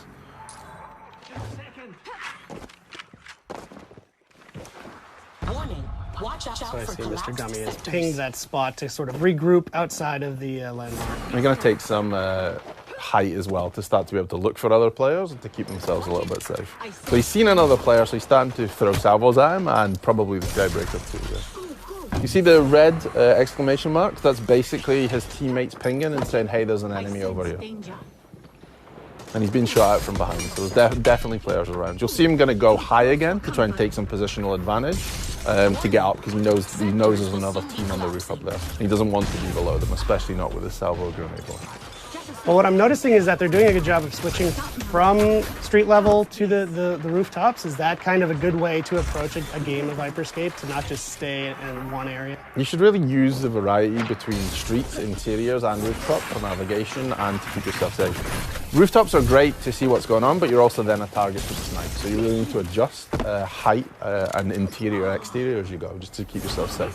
And to aggressively loot too, to find the best stuff. So he just picked up a golden skybreaker. What does the gold mean? That is the top tier of skybreaker. So basically, You can have a level 5 Skybreaker, which is what he just picked up. We will fusion weapons together. So if you have a Skybreaker and you find another Skybreaker, it will go to level 2. Find another one, it will go to level 3. And what he has now, as you can see in the bottom bar there with the yellow, he has the top tier of the Skybreaker, so this does more damage. So each time you fusion something, a weapon or a hack, it will go up in various different abilities. So you're basically, just to loot up, to fuse up, you just need to find a duplicate of your weapon or hack, and that's all. Yeah.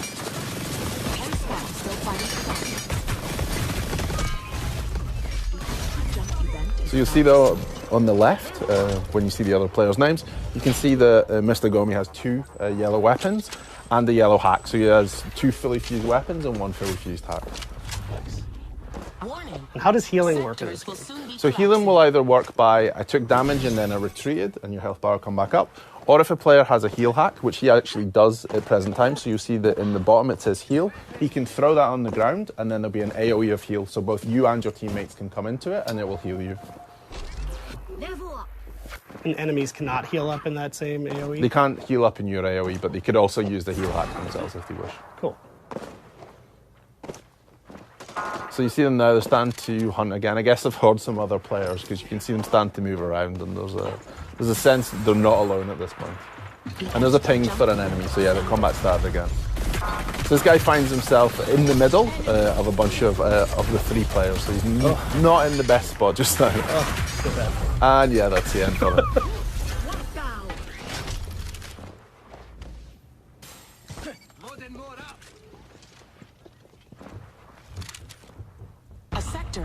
So if you manage to fusion one of his hacks then again. So here you'll see the decay started. The player found himself out in the decay as it was starting. You had no cover left, so you find yourself out in the open, and they eliminated him with a Ripper at that point.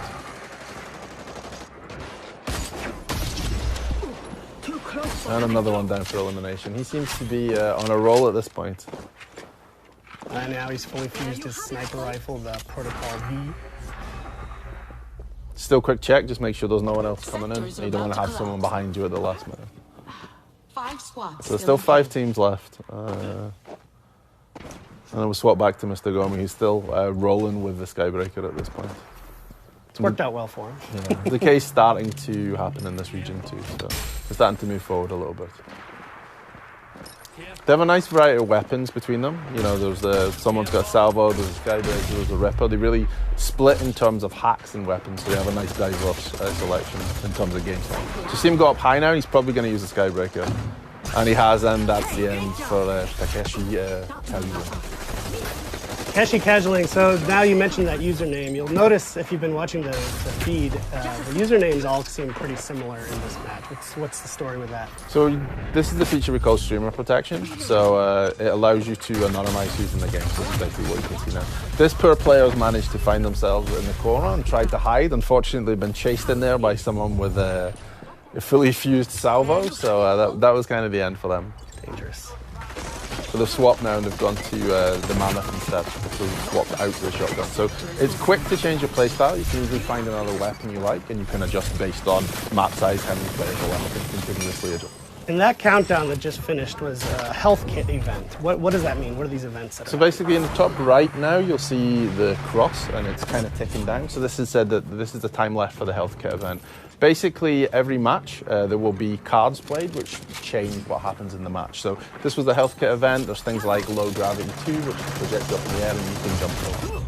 And are these just random, or are players triggering these events somehow? So there's 2 different ways this happens. So there's a Game Master, Grace, who plays them in this case. Or if there's a streamer in the game, the streamer's viewers will get the chance to vote for which one they want to see. So it'll pop up, there'll be 3 different options. And then whichever gets the highest number of votes will be the one that's played in the game. So viewers are directly impacting the streamers. And that's through the Crowncast extension? Through the Crowncast Twitch extension. Cool. So here you see that you got caught in the decay then and fell through the building, so trying to move back in. There's only 3 teams left now, so I need to get towards a smaller map size, so it's going to become chaotic shortly. And they're just on the edge of this landmark. Of Red Tiger, so they're heading up. Here you'll see at the top it says crown appears in 10 seconds. So basically we have a crown that spawns in the wall. If a player grabs the crown and manages to hold onto it for 45 seconds, they will win that game through what we call crown victory. The only downside to that is once you've picked up the crown, everyone can see where you are and everyone's going to chase you.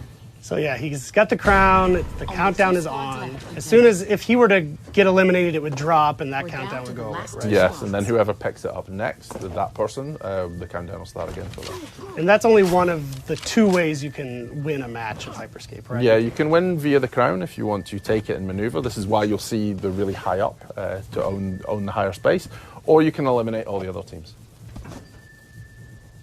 You could sneak around and grab that crown and survive. If you use your hacks well and you use your movement and hide a lot, then yeah, you could possibly grab the crown, get to the end, and then win via a crown victory. Wow. There it is. A screen I'll never see.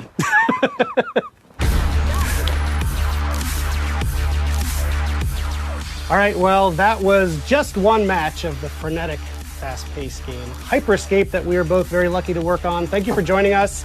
Thank you for watching Ubi Forward in this post-show. As we mentioned before, the game's available right now in open beta on PC. Just go to Uplay to download it. And we're also thrilled to be taking part in a Twitch Rivals event with the information appearing magically on the screen below us. So Graham, thank you for your time. Thank you, Eric. Have a good day. And we'll see you in the Hyperscape.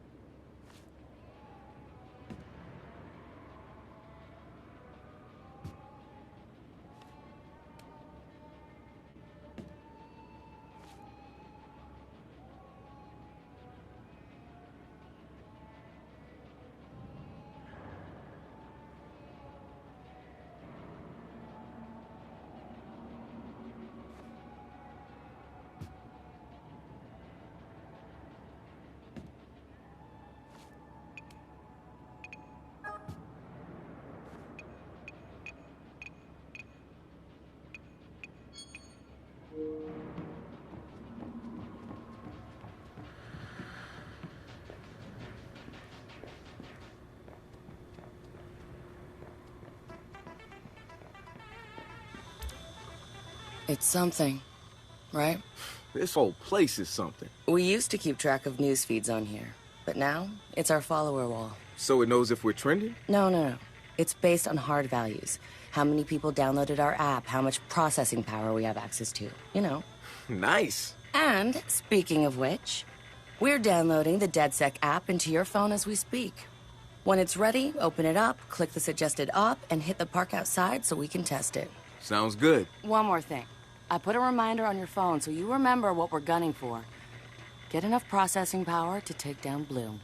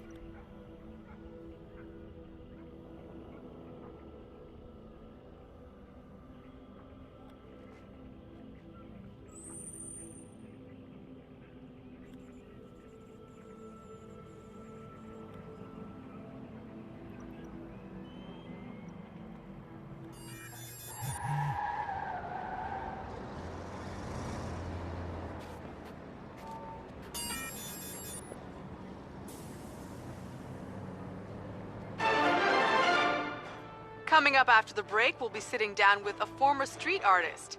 Sweet Tea, as he's known in the community, is here to promote a new book of his...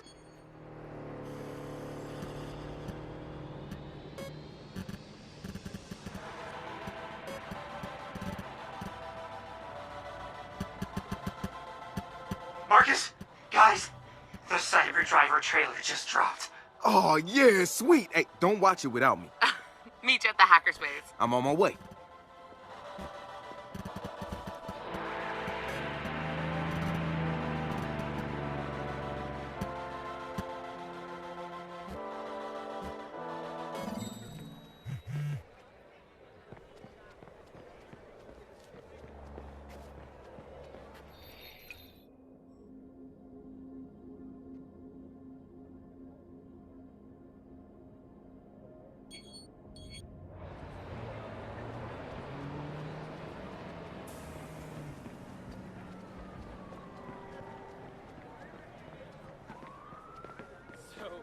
I was an idiot and ate the whole cookie.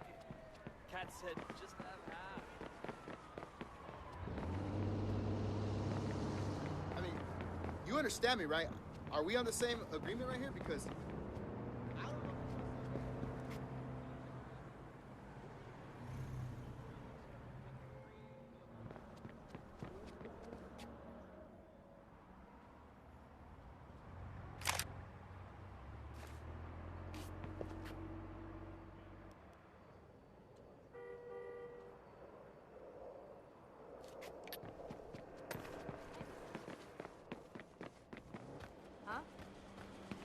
Yeah.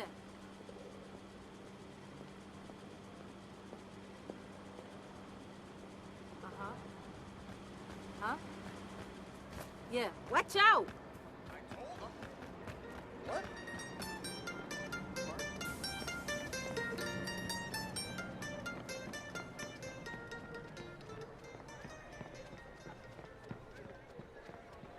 Yep. Uh-huh.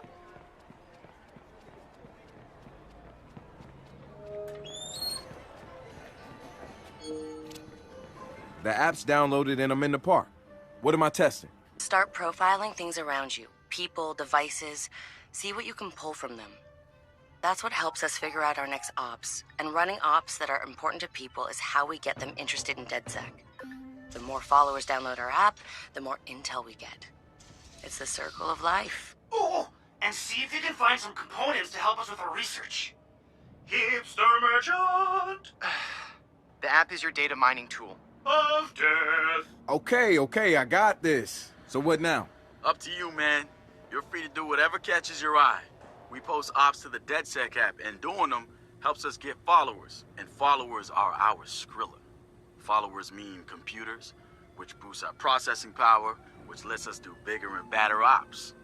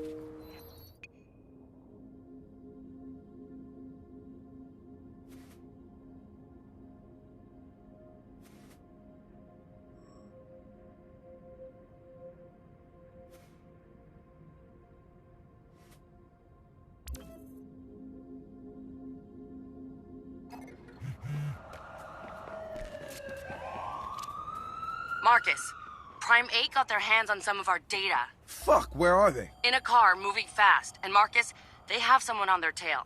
I think someone else wants what they know. Okay, I'll find something fast and get to them first. Marcus, they're getting away. You've got to move faster. Yo, I'm on it.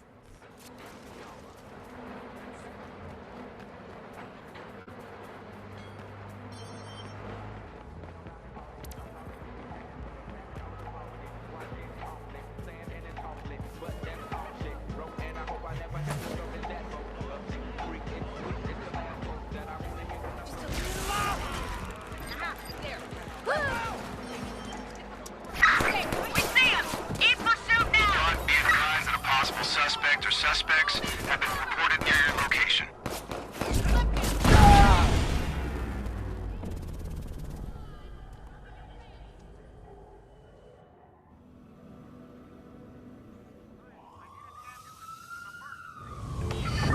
Hi, I need an ambulance. It's an emergency.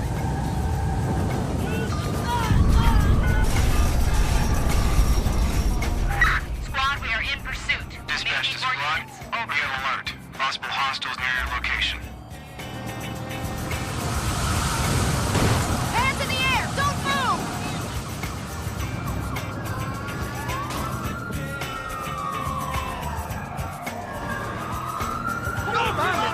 Copy that. A patrol car is en route to the suspect.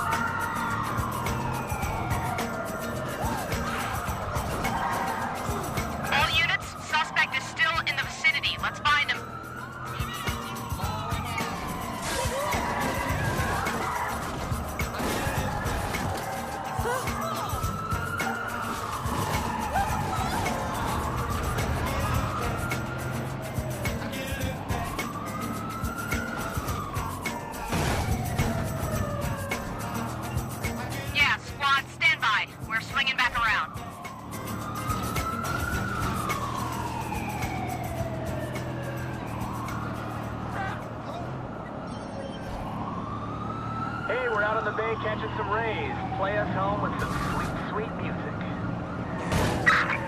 Crap! I need help!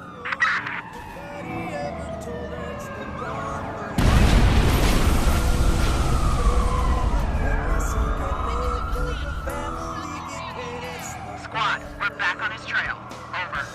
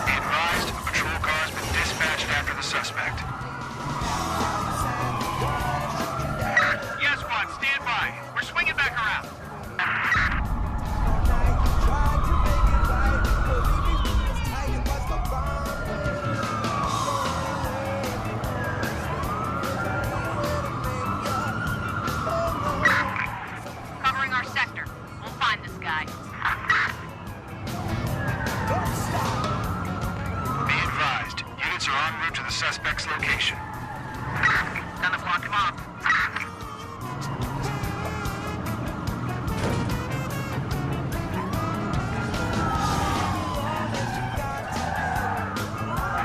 I'm going to lock this guy down. Squad, we've lost track of the suspect. We'll keep looking.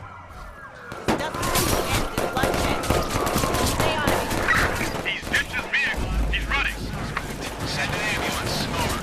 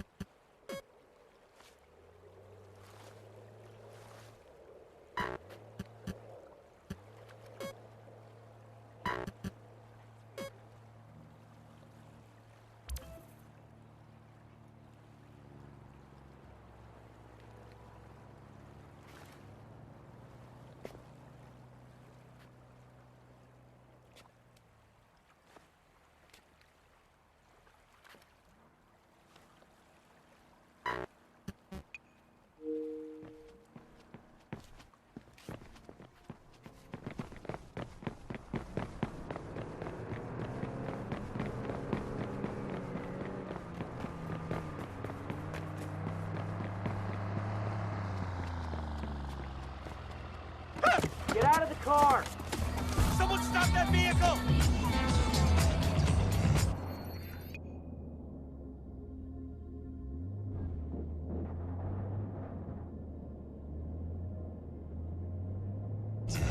Oh my god!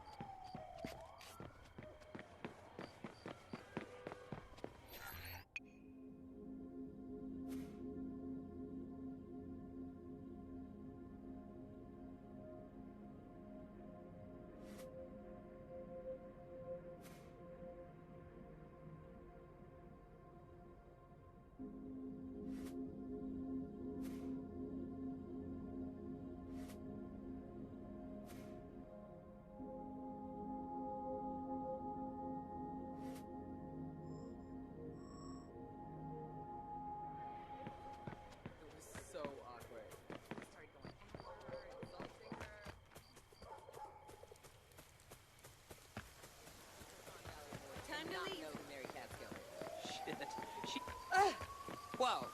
Nope.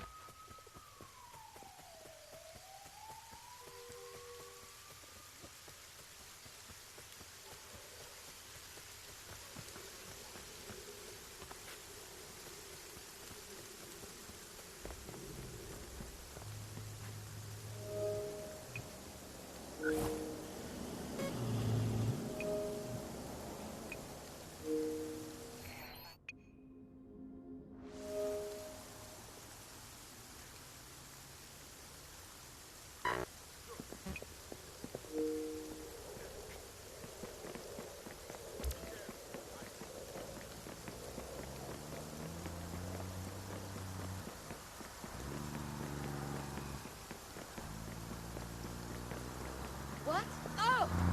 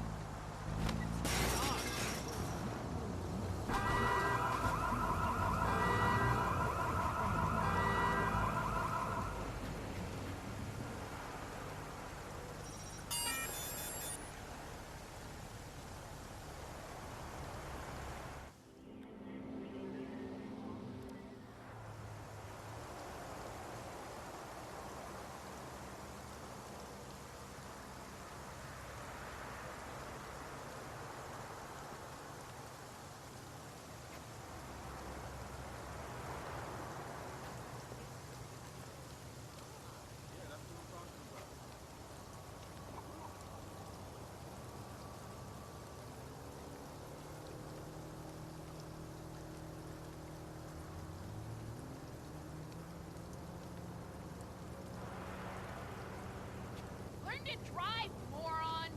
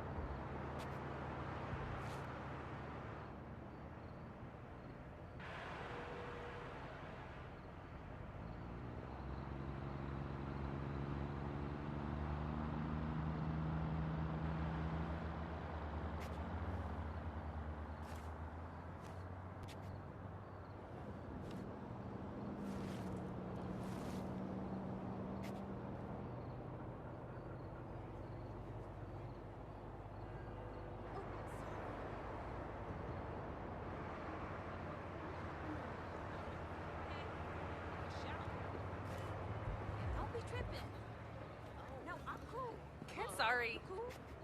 I said, I'm cool. I'm cool. You cool? Cool.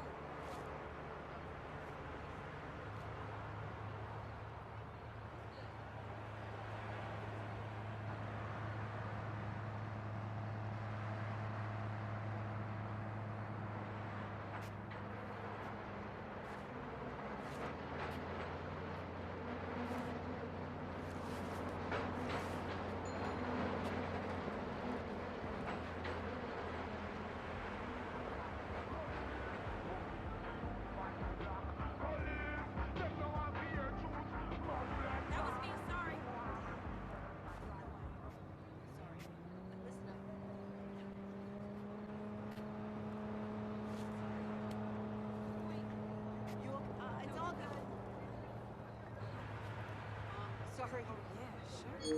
What?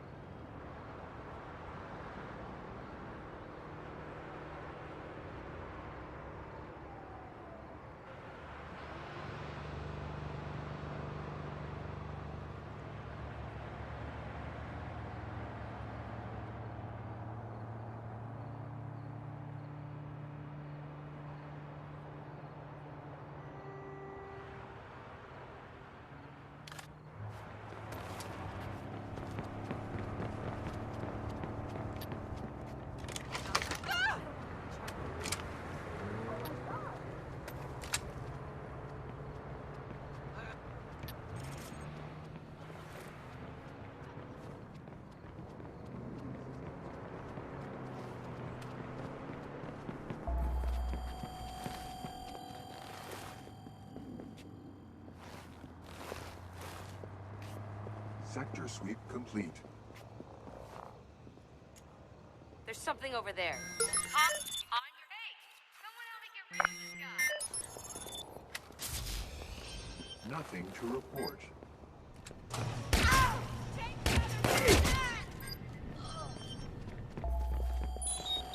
We have DedSec sighted. Require additional hands.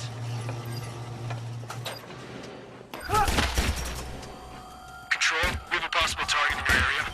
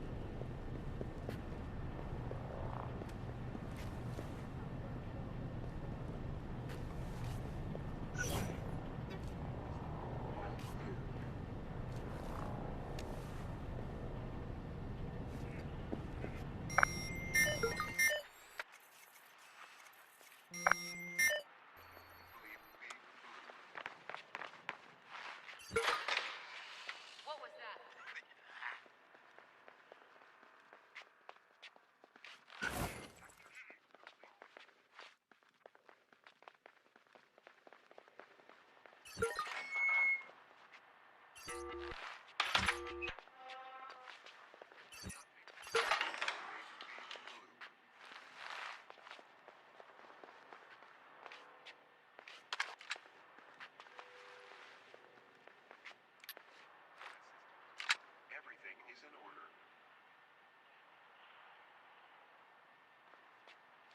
Hey, what's that?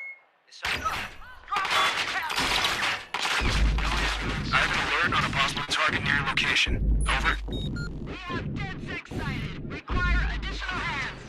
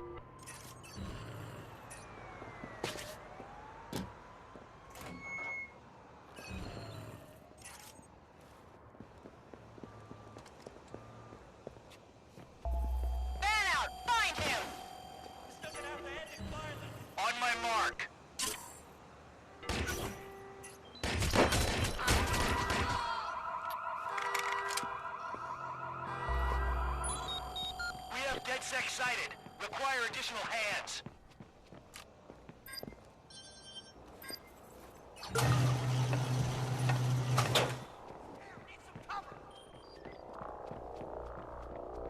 This is Control. We have a live alarm. Please respond. Send the coroner. The suspect is dead. Hey, wake up!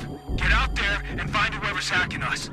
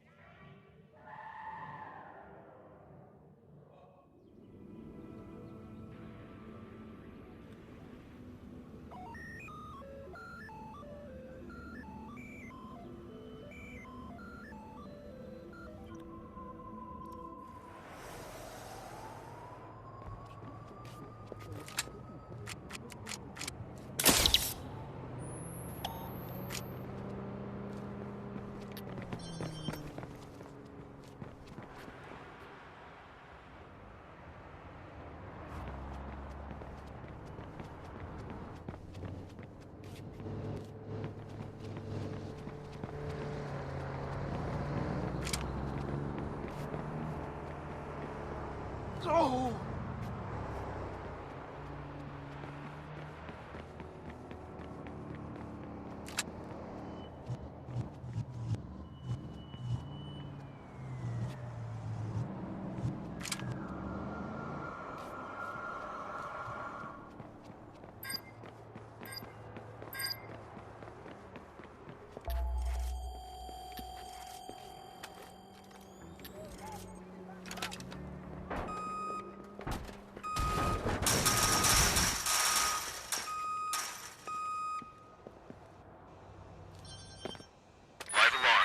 Sent. Intruder within security perimeter. Unauthorized personnel.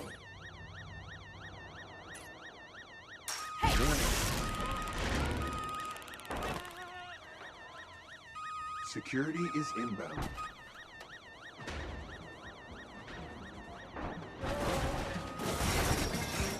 Hey!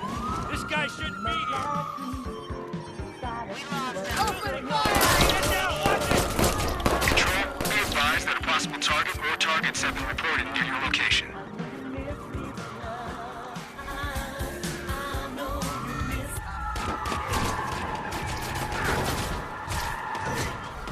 No ambulance. Suspect's gone. He's dead. Over. Control! It's DedSec. Send more cars. Take cover!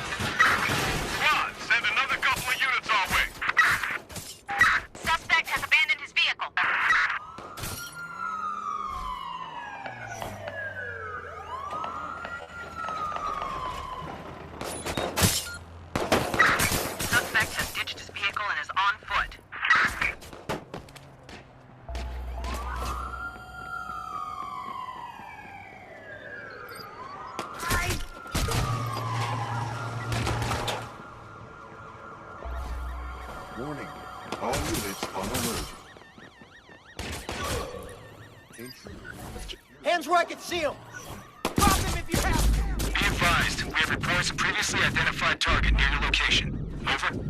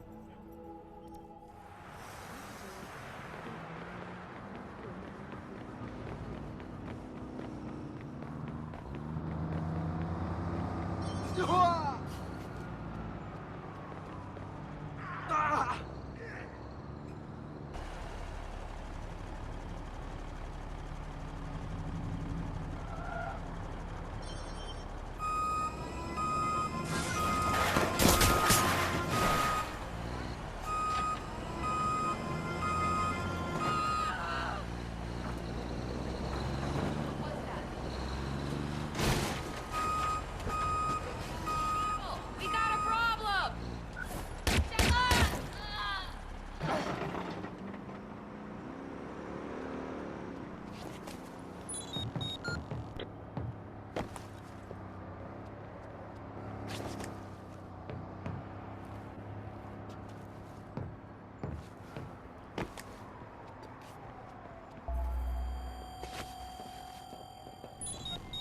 We got one of those militarized hackers here. Send us a couple more cars.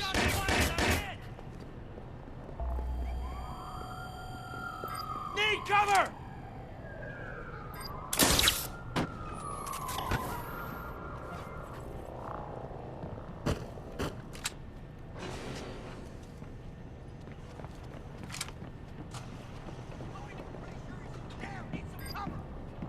Suspects in range. Go full sweep.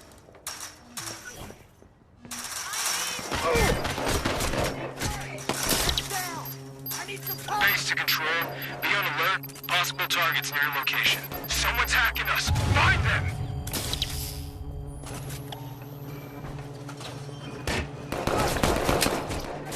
Get in! Cover! He's down. I'm calling it in. Control, it's DedSec. Send more cars.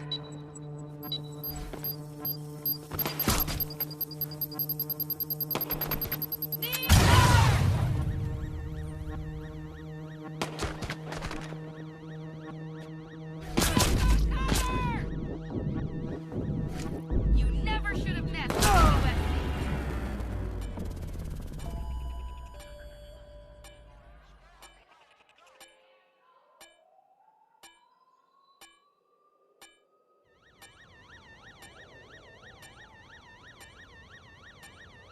It's clear. Moving on. Oh, crap. Shit! Spread out and find him. Go! Check the area. I think he got through. Let's close it up here. Track him down! Sending location on a 1033. Advise conditions. Control to local. We've received reports that DedSec has infiltrated our systems, taking them offline now.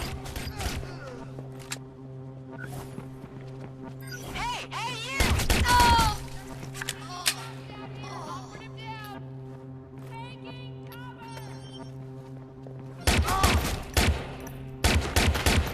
Alarm has been triggered. Sending local operatives.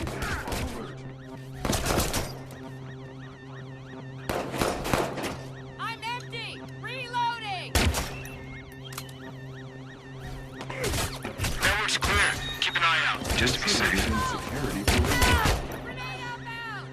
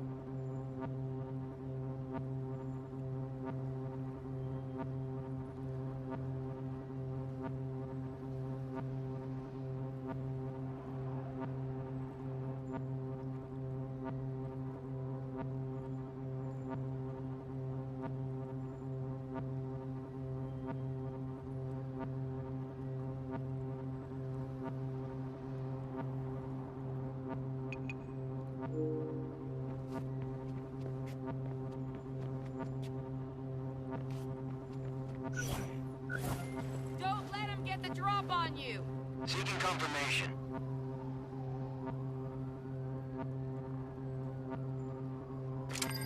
What was that?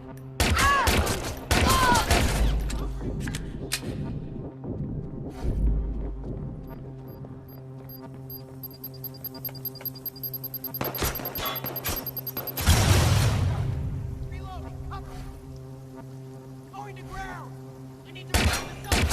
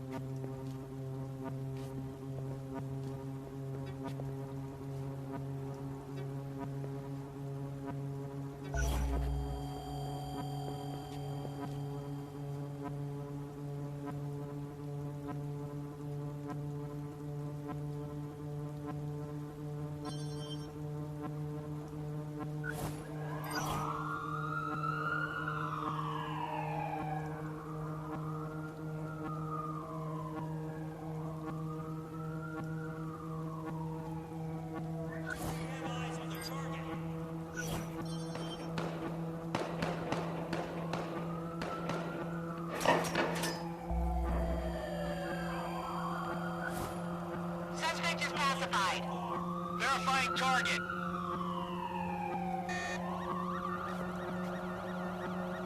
Spread out and find him. Go!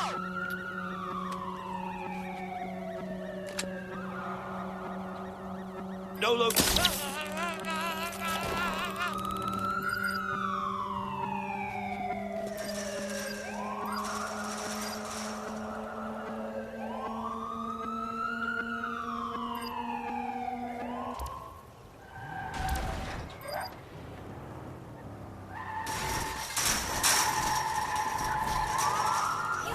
Be advised, we have reports of previously identified target near your location.